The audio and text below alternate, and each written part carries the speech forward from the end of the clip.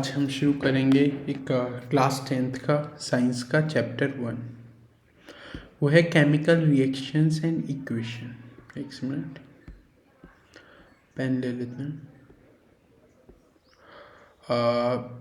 Facts are not science as dictionary is not literature. This is given by Martin H Fisher. Facts science नहीं होते, ठीक है। उसके पीछे लॉजिक साइंस होता है। मेरे को तो यही समझ आ रहा है इससे। अपन पढ़ेंगे केमिकल रिएक्शंस एंड इक्वेशंस, ठीक है। Chemical reactions and equations chapter 1 science का। आपको लगता होगा स्कूल वगैरह में बताते होंगे कि ये एनसीईआरटी से नहीं पढ़ना चाहिए, पर एनसीईआरटी बेस्ट बुक है बोर्ड्स के लिए, मतलब समझने के लिए भी, ठीक है। तो शुरू करते हैं अपन। Consider the following situation of daily life and think what happens when. इन सिचुएशंस को समझो और देखो कि डेली लाइफ में क्या होता है। ये आपको इंग्लिश तो समझ ही आ रही होगी है। Milk is left at room temperature during summers. दूध को अपन रूम टेम्परेचर पे छोड़ देते हैं गर्मियों में। An iron tawa pan nail is left exposed to humid atmosphere. तो जैसे गर्मियों में छोड़ दें ख़राब हो जाता है ना। आयरन तवा या पैन को मतलब ह्यूमिड एटमॉस्फेयर में रख देते हैं तो जंग लग जाता है ना। Grapes gate fermented. ग्रेप्स जो होते हैं वो फर्मेंट हो जाते हैं। फूड इज़ कुकड, खाना बनाया जाता है। Food gets digested in our body. ये क्या है, मतलब किस चीज़ से हो रहा है। देखो फूड मतलब अपनी बॉडी में कैसे डाइजेस्ट होता है फूड। अपन तो खा ही लेते हैं, अंदर क्या हो रहा है अपन को क्या पता, कोई रिएक्शंस हो रही हैं क्या हो रही हैं। वी रेस्पायर, अपन सांस लेते हैं, उसका क्या मतलब क्या होता है वो, इस तरीके से। In all the above situations, ऊपर वाली जितने भी अपन ने केस डिस्कस किए हैं, the nature and the identity of initial substance have somewhat changed. मतलब जो इनिशियली अपना क्या बोलते हैं जो सब्सटेंस था उसकी आइडेंटिटी चेंज हो गई। जैसे अपन ने खाना खाया तो वो अपन ने जो भी फूड लिया, एप्पल जो भी हुआ, वो मतलब अपने दूसरी फॉर्म में कन्वर्ट हो जाता है एनर्जी की फॉर्म में। तो वो उसकी रियल स्टेट में नहीं रहा ना। जैसे अपना मिल्क है, मिल्क को अपन ने समर्स में छोड़ दिया बाहर। पता नहीं, मेरे को इतना मिल्क के बारे में पता नहीं कि पड़ता है नहीं पड़ता। जैसे फूड को बनाया अपन ने तो उसकी स्टेट चेंज हो गई ना। ये मतलब अपन फिजिकल स्टेट या केमिकल स्टेट, कोई भी स्टेट चेंज हुई हो वो आगे पढ़ेंगे, पर स्टेट तो चेंज हो गई ना, ठीक है। We have already learned about physical and chemical changes of matter in our previous classes। Physical और केमिकल चेंजेस के बारे में अपन पहले ही प्रीवियस क्लासेस में पढ़ चुके हैं। जैसे फिज़िकल चेंज क्या हुआ कि जैसे शेप साइज़ ये होती है फिज़िकल। केमिकल चेंज क्या हुआ, जैसे दूध को अपन दही बना देते हैं, जैसे मतलब जिसको अपन दोबारा कन्वर्ट नहीं कर सकते उसी चीज़ में, उसको कहेंगे अपन केमिकल चेंज। जैसे दूध को दही बना दिया, कोई रिएक्शन प्रोसेस हो गई तो वापस नहीं आ सकती, उसको केमिकल चेंज कहेंगे। जैसे मतलब रस्टिंग ऑफ आयरन, तो इसको केमिकल चेंज कहेंगे, फिज़िकल चेंज नहीं होते। अब फिज़िकल चेंज कैसे हैं कि जैसे किसी शेप अपन ने चेंज कर दी तो वो फिज़िकल चेंज हो गया।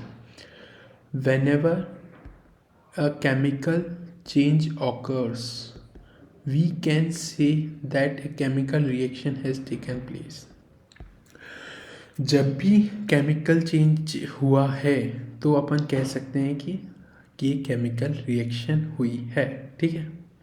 अब वैसे अपन इसको नॉर्मली पढ़ लेना, बहुत अच्छी बुक है ये। You may perhaps be wondering as to what is actually meant by a chemical reaction. अब आप सोच रहे होंगे कि एक्चुअली में क्या होता है chemical reaction. How do we come to know that a chemical reaction has taken place. अपन को कैसे पता लगेगा कि केमिकल रिएक्शन हुई है। ठीक है। Let us perform some activities to find the answer to these questions. अपन कुछ एक्टिविटी करते हैं जिससे इन क्वेश्चंस का आंसर मिलेगा अपन को। फिगर 1.1, चलो ये एक्टिविटी 1.1 कर लेते हैं। ठीक है। क्वेश्चन क्या है। The activity needs the teacher assistant. It would be better if student wear eye glasses. Okay, these are questions of this. अपन तो पढ़ेंगे ही, खैर आपकी लैब में आप इसको परफॉर्म कर सकते हो अगर टीचर अलाउ करते हैं तो। 10th में हमारे स्कूल में करते थे वैसे। Clean A magnesium ribbon about 3 to 4 centimetre long by rubbing it with sand paper. जो सैंड पेपर मतलब होता है रेगमाल। रेगमाल से मैग्नीशियम का एक रिबन आएगा, उसको क्लीन कर लें ढंग से, मतलब रगड़ रगड़ के। ठीक है, 3 से 4 centimetre. Hold it with a pair of tongs. Tongs क्या होता है, पकड़ने वाली चीज़ होती है एक, उसको एक होल्ड करने का सब्सटेंस मान सकते हो। एक पकड़ने वाली चीज़ होती है टोंग्स, आपने देखी नहीं होगी, लैब में देख सकते हो। Burn it using a spirit lamp. Spirit lamp और बर्नर। बर्नर मतलब जलाने का सब्सटेंस हुआ, स्प्रिट बर्नर। स्प्रिट लैम्प मतलब उसके अंदर स्प्रिट होती है, उससे चलता है, तो उसको स्प्रिट लैम्प बोलते हैं। बर्नर भी सेम ही होता है। ठीक है। And collect the ash so formed in a watch glass as shown in figure 1.1।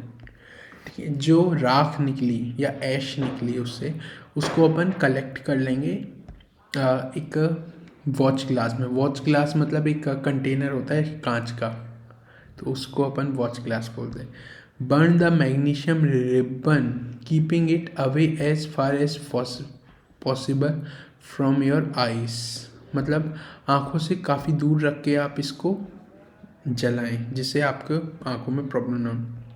What do you observe, आपने क्या ऑब्जर्व किया। देखो ये अपन ने, ये मैग्नीशियम रिबन है, ठीक है, ये टोंग्स हैं, ये जो हाथ से पकड़ रखे हैं ना, ये मतलब हैंडल के साथ ये यहाँ तक टोंग्स हैं, ये छोटा सा मैग्नीशियम रिबन, और ये बर्नर है। बर्नर है, कुछ भी जलाने का सब्सटेंस हो गया यार, ये बर्नर है। ठीक है, मतलब कुछ भी आप मान सकते हो, जलाने की सब्सटेंस को ही बर्नर कहते हैं। ठीक है, ये बर्नर है, और ये जो है वॉच ग्लास है। ये वॉच ग्लास है। वॉच ग्लास मतलब शीशे का होता है, जिसमें कुछ भी अपन कलेक्ट कर सकते हैं। तो ये जलाया अपन ने, और जल के जो ऐश बनी वो इसमें गिर गई। ठीक है, अब आपने क्या ऑब्जर्व किया। ठीक है, ऑब्जर्व अपन ने क्या किया कि जो मैग्नीशियम था वो जल के ऐश में बन गया है। ऐश में बन गया है तो उसका ये केमिकल चेंज हुआ है। ठीक है, burning of magnesium ribbon in air and collection of magnesium oxide in a watch glass. ये जलने के बाद ये मैग्नीशियम ऑक्साइड बन गया है। ठीक है, ये मैग्नीशियम है, ये मैग्नीशियम ऑक्साइड है। देखो अब यहाँ से ऑब्जर्वेशन पढ़ते हैं। अपन इसको ज़्यादा टाइम नहीं लेंगे, ख़त्म कर देंगे जल्दी। You must have observe that magnesium ribbon Burns with a dazzling white flame and changes into a white powder। मतलब आपने ऑब्जर्व किया होगा, जब अपन जला रहे थे ना, तो डैजलिंग वाइट फ्लेम के साथ, मतलब सफ़ेद धुएं के साथ जल रहा था, मतलब सफ़ेद सा दिखेगा आपको जब जलाओगे, और changes into a white powder, और वो वाइट पाउडर होके उसमें कलेक्ट हो रहा था, वॉच ग्लास में गिर रहा था white powder. This powder is magnesium oxide. जो वो पाउडर है ना, जो उसमें मतलब ऐश था अपन जिसको वॉच ग्लास में आया, वो होता है magnesium oxide. It is form due to the reaction between magnesium and oxygen present in air. कैसे बना, जो मैग्नीशियम की वो है स्ट्रिप अपने पास, और ऑक्सीजन एटमॉस्फेयर में होता है, तो अपन जब बर्न करते हैं तो वो बन जाता है मैग्नीशियम ऑक्साइड। ठीक है, एक्टिविटी 1.2 करते हैं, ये कर लेते हैं हम। अच्छा लग रहा है ना आपको? समझ मतलब डायरेक्ट भी पढ़ा सकता हूँ पर अच्छा समझ जब भी आएगा। और ये छोटा सा चैप्टर है, मतलब 2 पन्ने तो कर ही लिए हैं। मतलब अच्छे से करोगे ना इन चीज़ों को तो मज़ा आएगा आपको। वो जल्दी जल्दी कर देते हैं ना, होते हैं वो, मतलब अच्छे से फील नहीं आता क्या हो रहा है एक्चुअली प्रोसेस, इन चीज़ों में अच्छे से समझ आना चाहिए। Take lead nitrate solution in a test tube. अब जैसे ना, मतलब मैं आपको डायरेक्टली इन एक्टिविटियों को ना बताऊं तो क्या होता है ना, मतलब मैंने क्या ऑब्जर्व किया है कि आपको है ना ये फॉर्मूले जो हैं ये कैसे क्या बन रहा है क्या हो रहा है, ये धीरे धीरे रिएक्शंस होंगी ना, और 12th तक तो इतना आपकी सॉलिड हो जाएंगी रिएक्शंस ऐसे करोगे तो। Take lead nitrate solution in a test tube. Test tube मतलब एक टेस्ट ट्यूब होती है वो जिसमें मतलब आपने देखी होगी टेस्ट ट्यूब शीशे की होती है। उसमें लेड नाइट्रेट सॉल्यूशन ले लिया PbNO3, ठीक है। Add potassium iodide solution to this solution, और पोटेशियम आयोडाइड KI जो सॉल्यूशन वो इसमें अपन ने डाल दिया। फिर आपने क्या ऑब्जर्व किया, ठीक है, ये देखना है आपने क्या ऑब्जर्व किया, ठीक है। अब इसके बाद यहाँ पे ऑब्स का वो लिखा होगा, इसको पढ़ेंगे अपन। पहले एक्टिविटी 1.3 पढ़ लेते हैं क्या करें। Take a few zinc granules, zinc के टुकड़े मतलब कुछ ले लिए इन अ कॉनिकल फ्लास्क और टेस्ट ट्यूब। कॉनिकल फ्लास्क बोलते हैं इसको, ये कॉनिकल फ्लास्क है, इतना बड़ा है ना। टेस्ट ट्यूब ऐसी होती है, सीधी सीधी सी यूँ होती है टेस्ट ट्यूब, ठीक है। ये टेस्ट ट्यूब हुई, मतलब अभी यार ये ऐसा बन गया तो मैं क्या ही कर सकता हूँ, समझ ही रहे होंगे आप। ये इसका ऑटो पार्ट है, चलो मैं कोशिश करता हूँ। नीचे से यूँ होती है,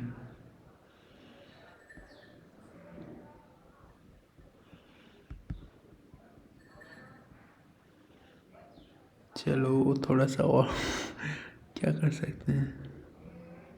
हाँ एग्जैक्ट शेप आ गई, ऐसी होती है टेस्ट ट्यूब, ठीक है। इसमें डाल दिया अपन ने इस कॉनिकल फ्लास्क, ये हो गया। ऐड डाइल्यूट जिंक ग्रेन्यूल्स डालिए, डाइल्यूट HCl हाइड्रोक्लोरिक एसिड और सल्फ्यूरिक एसिड दोनों में से एक डाइल्यूट टू दिस। इसमें अपन ने हाइड्रोक्लोरिक एसिड और H2SO4 सल्फ्यूरिक एसिड डाल दिया डाइल्यूट, ठीक है। Single handle the acid with care, मतलब ये एसिड है वैसे डाइल्यूट है कोई फ़र्क पड़ेगा नहीं, पर इसको थोड़ा सावधानी से करना है। Do you observe any thing happening around the zinc granules. आप कुछ ऑब्जर्व कर रहे हो जिंक ग्रेन्यूल्स के आसपास कुछ हो रहा है। टच द कॉनिकल फ्लास्क और टेस्ट ट्यूब, आप टच करोगे जब कॉनिकल फ्लास्क को या टेस्ट ट्यूब को। Is there any change in temperature, मतलब आप कुछ थोड़ा बहुत गर्म या ठंडा फील कर रहे हो, ठीक है, वो बताना आप। अपना ऑब्जर्वेशन पढ़ लेते हैं, आपने क्या ऑब्जर्व किया होगा, अगर आपने रियलिटी में करा होगा, नहीं तो पढ़ लेते हैं तो अच्छा है। From the above 3 activities we can say that any of the following observation help us to determine whether a chemical change reaction has taken place। मतलब इतने सारे ऑब्जर्वेशन किए, जैसे यहाँ पे ऐश कन्वर्ट हो गया, ठीक है। यहाँ पे मतलब कुछ मिलाया तो कुछ रिएक्शन हुई, और यहाँ पे ये करा अपन ने, इसमें मतलब इस जिंक ग्रेन्यूल्स में HCl डाला तो टेम्परेचर इंक्रीज हो गया थोड़ा सा। तो from the above 3 active we can say that any of the following observe help us, मतलब इनमें से कोई सा भी ऑब्जर्वेशन अपन को बता रहा है कि chemical whether the chemical reaction has taken, मतलब केमिकल रिएक्शन हुई या नहीं हुई। जैसे अपन टेम्परेचर चेंज हो रहा है, स्टेट चेंज हो गई, उसमें ऐश में कन्वर्ट हो रहा है, कलर चेंज हो रहा है इसमें, तो इस तरीके से बता रहा है। तो ये क्या क्या फैक्टर्स में अपने इस फर्स्ट वाले में स्टेट, जैसे ऐश में कन्वर्ट हो गया तो वो क्या हो गया, केमिकल चेंज है, ठीक है। अब कलर चेंज हो रहा है तो ये क्या है, केमिकल चेंज, ये प्रॉपर्टीज़ हैं। तो उसको अपन केमिकल इवोल्यूशन ऑफ गैस, कुछ गैस इवॉल्व हो रही है तो अपन क्या कहेंगे, ये केमिकल चेंज है। Change in temperature, temperature change हो रहा है तो क्या कहेंगे अपन, ये वो क्या बोलते हैं,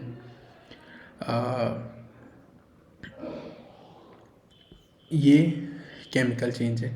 अब आपको ये पढ़ना कैसे पता है, रटना नहीं है, मतलब आप क्या इन चीज़ों की याद करने और ये मतलब 2 बार पढ़ोगे तो अपने आप दिमाग में याद रहेंगी ये चीज़ें, मतलब ट्रस्ट मी, मतलब कैसे पढ़ना है इसकी भी मतलब तरीके होते हैं। आप में से कमेंट्स में पूछोगे तो मैं बताऊंगा मतलब किस तरीके से ये चीज़ें पढ़ी जाती हैं, और टीचर्स मतलब आपको याद करा रहे हैं, इतना दिमाग नहीं लगाना है। आराम से अपना पेपर लिखेंगे आप, बोर्ड्स होगा तो मतलब बहुत आसानी से कर पाओगे क्वेश्चंस वगैरह। बस मैं कह रहा हूँ जैसे जैसे करते जाओ। As we observe the changes around us, अपन अपने आसपास चेंजेस ऑब्जर्व कर रहे हैं, we can see that there is a large variety of chemical reactions taking place around us। अपने आसपास अपन ने बहुत सारे चेंजेस ऑब्जर्व कर रहे हैं और अपन देख पा रहे हैं कि कितनी सारी केमिकल रिएक्शंस हो रही हैं अपने आसपास। We will study about various types of chemical reactions and their symbolic representations in this chapter. हम इस चैप्टर में बहुत सारी रिएक्शंस पढ़ेंगे और उनकी सिम्बॉलिक रिप्रेजेंटेशंस पढ़ेंगे, ठीक है, मज़ा आएगा। ये था फॉर्मेशन ऑफ हाइड्रोजन गैस, मतलब H2 गैस इवॉल्व हो रही थी by the action of dilute sulphuric acid on zinc, ठीक है, ये वाला जो था, ठीक है। पढ़ने में मज़ा तो आ ही रहा होगा यार, बिल्कुल बोरिंग नहीं लग रहा होगा, मतलब यार सोते सोते देख लोगे ना तो भी मज़ा आ जाएगा आपको, ठीक है। अब ये केमिकल इक्वेशंस अगले लेक्चर में पढ़ते हैं अपन। Thank you very much, subscribe to this channel, और क्या कहते हैं मेरे को इतना पता नहीं है। इसको अपन 3-4 लेक्चरों में कवर कर देंगे, 1 घंटे का हो, अभी तो ये छोटा है शायद। Thank you very much.